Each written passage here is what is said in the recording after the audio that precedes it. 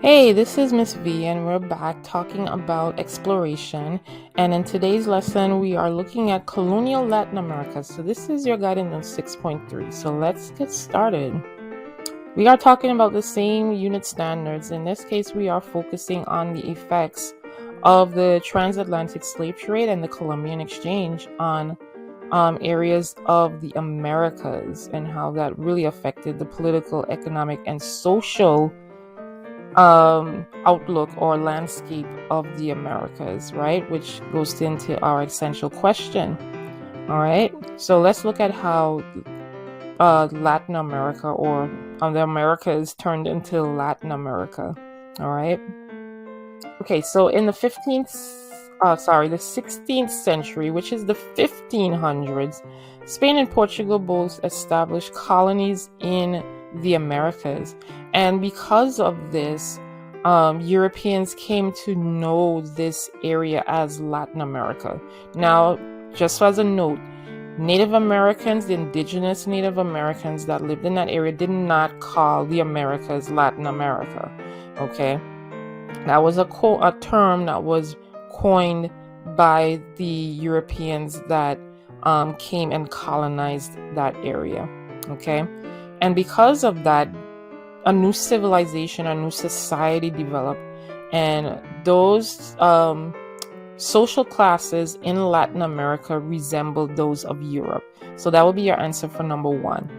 Okay, and answer for number 2 and 3 would be Peninsulares and Creoles. Okay, now Peninsulares were on the highest point of the social class of colonial Latin America society, and they often held the important positions of government. Okay, however, Creoles were the descendants, meaning the children of Europeans that were born in Latin America. So oftentimes the families of Peninsulares would move to the colonies because it was something new, right? They would move to the colonies and they would have children that were born in the colonies, and those children were called Creoles. Those children that grew up, eventually they resented the power that the Peninsulares, which were living in Europe, held, because the Peninsulares rendered a lot of the decisions for the colonies without them being there. And later on, as we get into this course, they're going to rise up and they're going to do a lot of things to overthrow the governments in Latin America because they want the same power that Peninsulares have. Okay, and that's going to cause a lot of revolution in Latin America. All right, so next in the pyramid you have Mestizos and Mulattos. Now, quick note, these two words, we do not use these words anymore because these words are racially derogatory. They're very, very racially charged. We do not use these words anymore. Please do not use these words anymore. Okay, but for the sake of education and understanding, we have to talk about this. Okay, so in the social classes, there were mixed race groups. Those mixed race groups are the Mestizos and Mulattos. So I think that would be your answer, maybe 4 or 5. I can't remember. I'll check. But Mestizo were the children of Europeans and enslaved Native Americans, and they were usually able to grow in status, so they can become artisans, merchants, and small-scale farmers.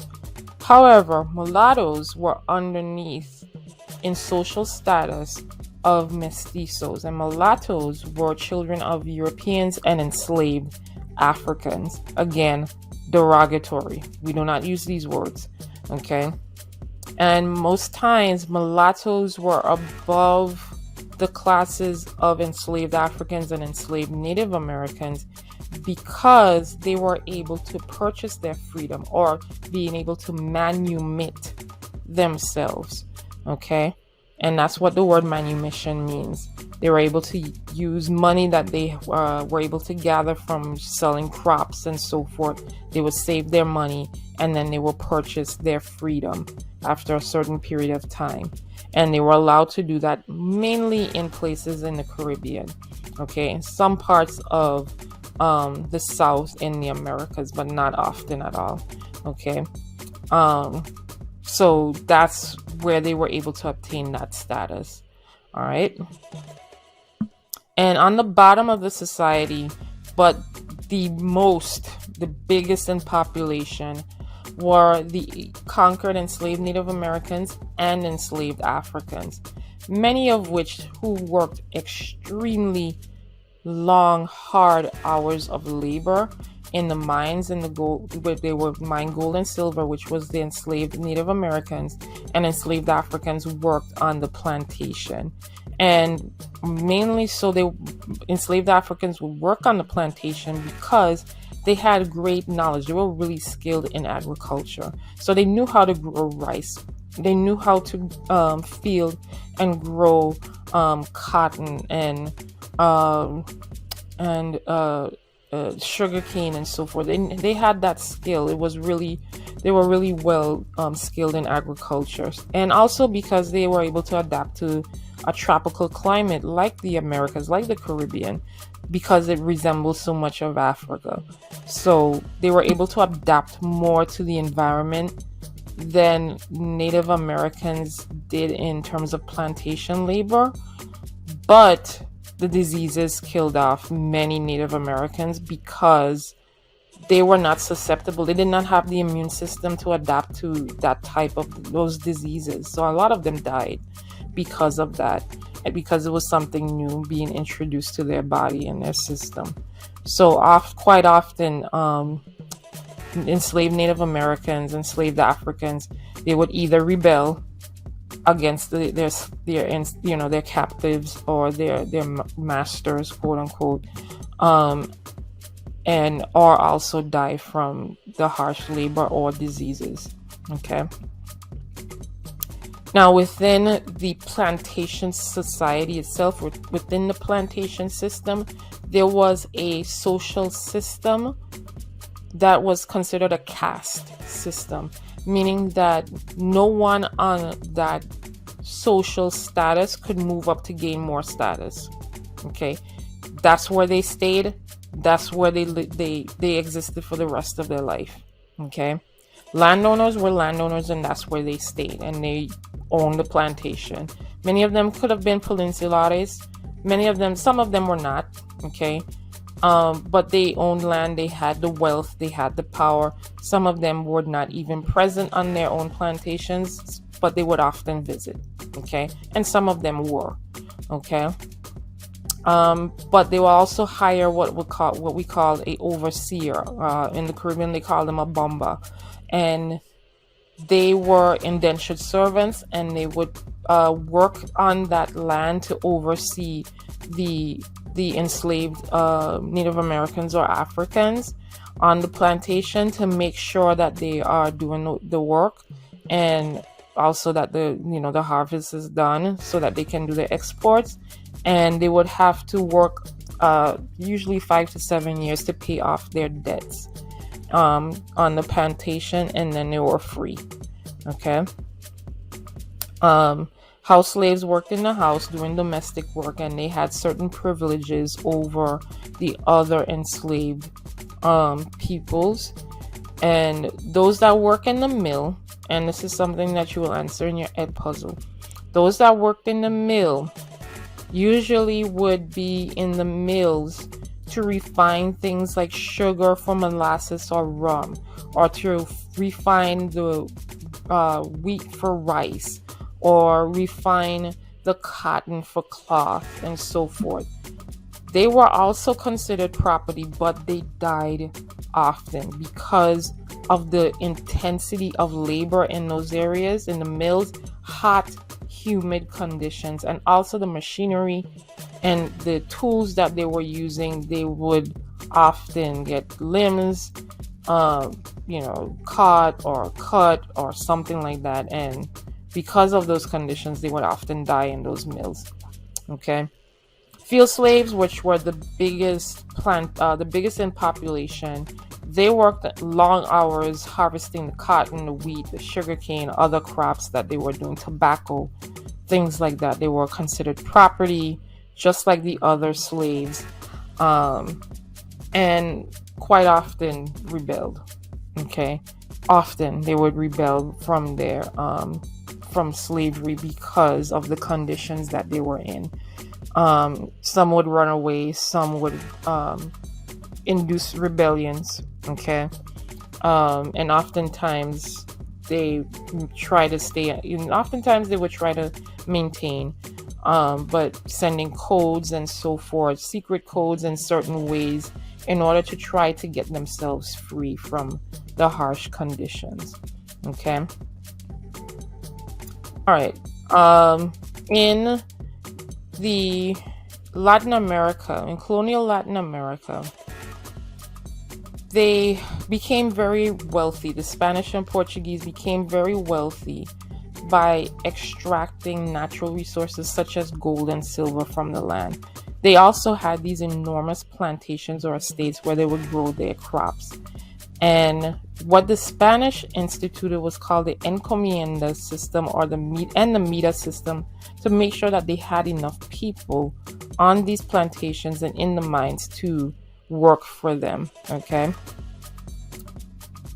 So in the encomienda system, the Spanish landowners would then force the Native Americans, those that they captured and enslaved, to pay taxes and also to work the land. In turn, the landowners were supposed to protect the Native Americans and convert them to Catholicism. However, because of the harsh conditions and also the diseases that came with the Europeans through the Columbian exchange, many Native Americans died, okay, through these conditions. Also in the meta system, which was in Peru, Native peoples, especially the Inca, the indigenous people were forced to work in the silver mines. If you understand the conditions of a silver mine, it is very, very, very dangerous work. Humid conditions. Also, the chemicals and the metals that come out from a mine is very dangerous to inhale and breathe. So a lot of indigenous people, Inca, died under these conditions because of how harsh it was, how humid it was, and the smells, or the chemical and metallic smells coming from the mines. So the Spanish and Portuguese ruled distantly from the colonies, especially the Caribbean, South America, and Central America for 300 years. Okay, but because of that distance, it allowed colonial officials to have some form of independence in how they ruled. Okay, so now the monarchy, the Spanish monarchy, is thinking that they need to have some type of presence there to make sure that the monarchy's position and ideas are maintained, okay, or their wealth is maintained in those areas. So they're going to institute a new person in order to make sure that their wealth is maintained as a monarchy in the colonies. They also send missionaries to Latin America to bring enslaved Native Americans and Africans under the control of the Spanish Empire, and also converting them to Catholicism. So by converting them to Catholicism, they figured that they would maintain their enslavement system so that they can continue their wealth. Okay, and that was the main goal for the monarchy and also for the missionaries. Okay, so Portuguese and Spanish rulers, as I mentioned before, they needed to be able to maintain their wealth and their power in the colonies.